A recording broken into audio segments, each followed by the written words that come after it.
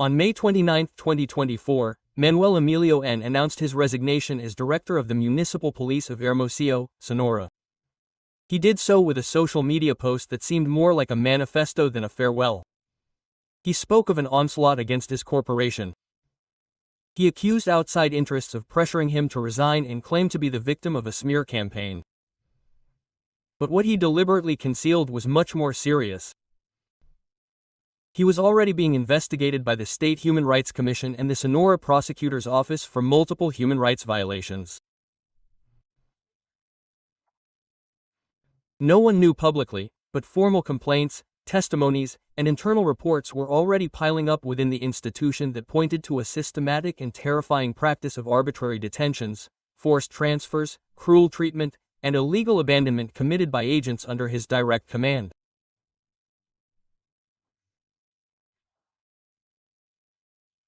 The focus was on the operations carried out during the Pitik festivities at the end of May, where a dozen citizens, some bricklayers, others day laborers or watchmen, were forcibly loaded into official vehicles and then abandoned more than 400 kilometers away in Navajoa.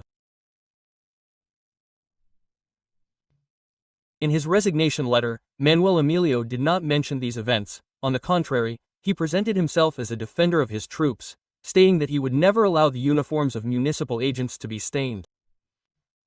What he did say was that he had evidence to publicly expose those responsible for the attack. However, he never showed that evidence. In the meantime, the Attorney General's Office of the State of Sonora was already preparing the most sensitive case against a police commander in recent years. The case began with a series of testimonies that went directly to the CDH. Several of those affected, mostly men in vulnerable situations, stated that they were intercepted by municipal patrols on the streets of downtown Hermosillo during the festivities, forced onto buses, and driven throughout the night. When they woke up, they found themselves in a rural area without documents, without money, and with no way to return. Some walked for days, while others received help from churches or local residents. The pattern was repeated in at least 3 complaints documented by local media and by the State Commission itself. In each, the description of the events coincided almost in detail. The agents acted in groups, concealed their identification, and referred to the action as a cleanup. The aim, they claimed, was to remove troublesome people from the streets before the public events of the festival. When the first 2 agents, Ricardo N. and Pedro Javier N., were arrested on June 10, the narrative began to fall apart. Both were active elements during the Pitik festivities and their names had appeared in at least 2 of the key testimonies. But what set off all the alarms was that the operations had not been officially registered, nor were there reports of arrests or transfers in the internal logs. Everything had been carried out outside the system. The immediate question was, who authorized this illegal operation? The first investigations pointed directly to the office of the municipal police director. Leaked documents showed that Manuel Emilio N. was in private with the agents involved in the days leading up to the festivities. In addition, the chain of command indicated that no mass transfer operation could be carried out without the knowledge or approval of the director. The prosecutor's office opened an investigation file for crimes related to forced disappearance, abuse of authority, cruel and inhuman treatment, and dereliction of duty. The evidence gathered included recordings from urban cameras, direct testimonies, altered logs, and internal chats between middle managers that revealed ambiguous but incriminating instructions. In this context, Manuel Emilio's resignation ceased to be a political act and became an early escape. And although he managed to stay away from media pressure for weeks, on August 7, 2025, the truth caught up with him. That day, at 10:20 a.m., state agents arrested him at his home in the Monterosa neighborhood. He was wearing blue shorts, a black sweatshirt with the word Arizona on it, and flip-flops. He offered no resistance. There was no surprise on his face, only resignation, as if he had known from the moment he signed his resignation that justice had begun to close in and this time there would be no nets to save him. What began as a rumor of abuse during the Pitic festivities in Hermosillo soon turned into a state scandal. The first complaints reached the State Commission on Human Rights just 2 days after the main event of the festival. A young day laborer who worked on a construction site near the historic center was the first to testify. He had been detained without reason, put in a patrol car, and taken with other men to a place he did not know. At first, his testimony was taken with caution. He had no proof beyond his word, but he was not the only one. In the following weeks, at least 8 people, mostly young men, workers in various trades and in vulnerable situations, recounted similar experiences. All had been intercepted at night, just as the festival shows were beginning, and taken in official vehicles outside the security perimeter. Some recalled being put in white vans without license plates, others in municipal patrol cars with no visible numbers. The testimonies coincided in several key aspects. The agents did not identify themselves. They used phrases such as, "You are in our way, we do not want unjust people at the event," or simply said orders from the boss. They took away any identification and made them sign blank papers or forms with false information. In all cases, they were taken out of Hermosillo, and in all cases they were abandoned in rural areas or on deserted roads with no means of returning. One of them, Cristobal Len, stated that he had been left near Navajoa, more than 400 kilometers from where he was detained, without a cell phone, without money, and without food. He walked for 2 days until he reached a town where he was able to contact his family. Another, Luis Angel Ney, 24, a night watchman, was found by a rural medical brigade with signs of dehydration and blows to his face. He had been abandoned in agricultural fields, without even knowing how he got there. The CDH classified the events as cruel and inhuman treatment, in violation of the Constitution and international treaties signed by Mexico. In addition, it warned of a possible systematic pattern of abuse of power with institutional collusion. These were not isolated cases or individual errors. It was a covert operation, planned and executed from within the corporation. The Sonora Prosecutor's Office, upon receiving the CEDH reports, opened an investigation file under the hypothesis of forced disappearance in its non-permanent form, entered Siberiados CBIO-SES, a legal concept that applies when a person is arbitrarily detained by a state agent and subsequently deprived of liberty, without their situation being recorded. The most disturbing thing was that there were no official records of these arrests. No arrest warrant, no case number, no entry in the electronic logs. Everything had been unofficial, which reinforced the theory that the higher-ups, that is, the then-director Manuel Emilio N., had ordered a cleanup before the festival to prevent the presence of homeless people, informal workers, or uncomfortable people in the historic center. In leaked chats between middle-level municipal police officers obtained by the prosecution, messages appeared such as, "We have to sweep the street before Friday so there's not a single crazy person near the cathedral. Orders from above, make them disappear for a few days." Quote. One of the detainees, Officer Roberto N., acknowledged during his hearing that transfers had indeed been made, but that they had been done on orders from above and without physical mistreatment, which completely contradicts the forensic medical tests performed on the victims. At least 3 had bruises, 2 had internal injuries, and 1 was diagnosed with acute psychological trauma. The acts, disguised as preventive measures to improve the city's image, were described by human rights defenders as practices typical of urban dictatorship, where uniforms are used not to protect, but to make people invisible. Meanwhile, institutional silence reigned in Hermosillo. The city council avoided making statements. The new police leadership assured that it would cooperate with the authorities. But public pressure was growing and Harch was already preparing his national intervention. From Mexico City, the head of the Secretariat of Security and Citizen Protection began to receive detailed reports on the case, and when the scope of the abuses was confirmed, there was no doubt. Sonora needed a real cleanup, not of homeless people, but of those who abused the uniform. On August 7, 2025, at 10:20 in the morning, Hermosillo woke up to the news that had been expected, feared and denied by many for months.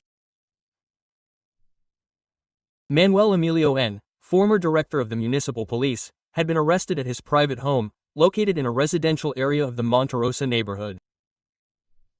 There was no chase or struggle. He was wearing a black sweatshirt, blue shorts, and sandals. His gaze was one of resignation. He already knew. His moment had come, but it was not the only one.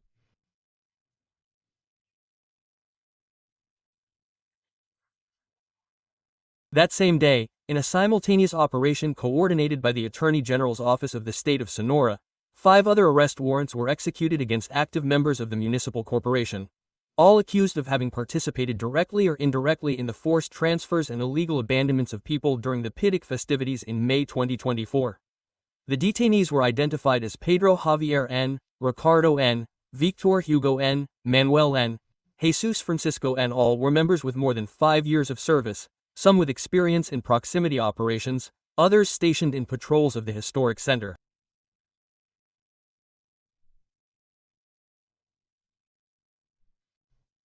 What they shared was not their rank, but their unquestionable loyalty to the former director. In internal circles they were known as the Arizona Group, due to the nickname used by the higher-ups and the strict discipline with which they operated. The prosecution had gathered a solid body of evidence against them. Testimonies from victims who identified them by their voice or build, videos from urban cameras that captured their patrols on unauthorized routes, manipulated logs that omitted key times and places, WhatsApp conversations extracted with a court order, GPS tracking that contradicted their initial statements. Even photographs of the cleanup operation were found on the agents' phones, showing some of the detainees guarding people sitting on the ground handcuffed inside unmarked vans. The face of one of the victims, later identified as Juan Carlos N., matched one of the complaints filed with the CDH. During the first hearings, the agents' lawyers tried to justify their actions as exceptional urban control measures, arguing that there was no intention to disappear them, but rather a temporary relocation for reasons of public safety. But the judge was forceful. The events amounted to serious crimes committed by public servants, with abusive use of force and without legal basis.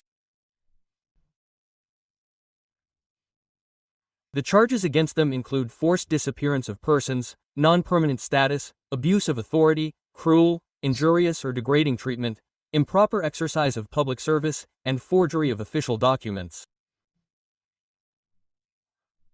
In the case of Manuel Emilio N., the accusation is even more serious. He is accused of being the mastermind and seriously omitting to act under the principle of chain of command responsibility. According to the FGJIS, he not only knew what was happening, but also gave the orders, covered up the facts and manipulated the institutional narrative to protect his men. The case was also referred to the Special Prosecutor's Office for Human Rights violations of a federal nature, which could further aggravate his legal situation. In parallel, the Internal Affairs Unit of the Hermosillo City Council initiated administrative proceedings against 11 other municipal officials who may have had knowledge or indirect participation. Possible leaks, cover-ups and omissions in the reports of patrols and citizen attention during the festival dates are being investigated. The local government's reaction was lukewarm. The mayor issued a statement in which she said she respected due process and condemned any abuse of authority, but she avoided referring to the former director by name. However, the outrage was palpable on the streets. Organizations such as the Human Rights Center, Miguel Agustin Pro Juarez, Amnesty International Mexico, and citizen groups demanded justice and reparation for the victims. Several local journalists recalled that the 2024 PTIC festivities had already been reported for excessive use of force, but no one had done anything. And while the detainees were transferred into custody to the Hermosillo prison, Omar Garcia Harfuch appeared on the national screen ready to speak with a firm voice and without half measures. At 42:00 p.m. on the morning of August 8, 2025, from the National Palace and before a room full of national and international media, Omar Garcia Harfuch took the microphone. He did not speak as a technical official.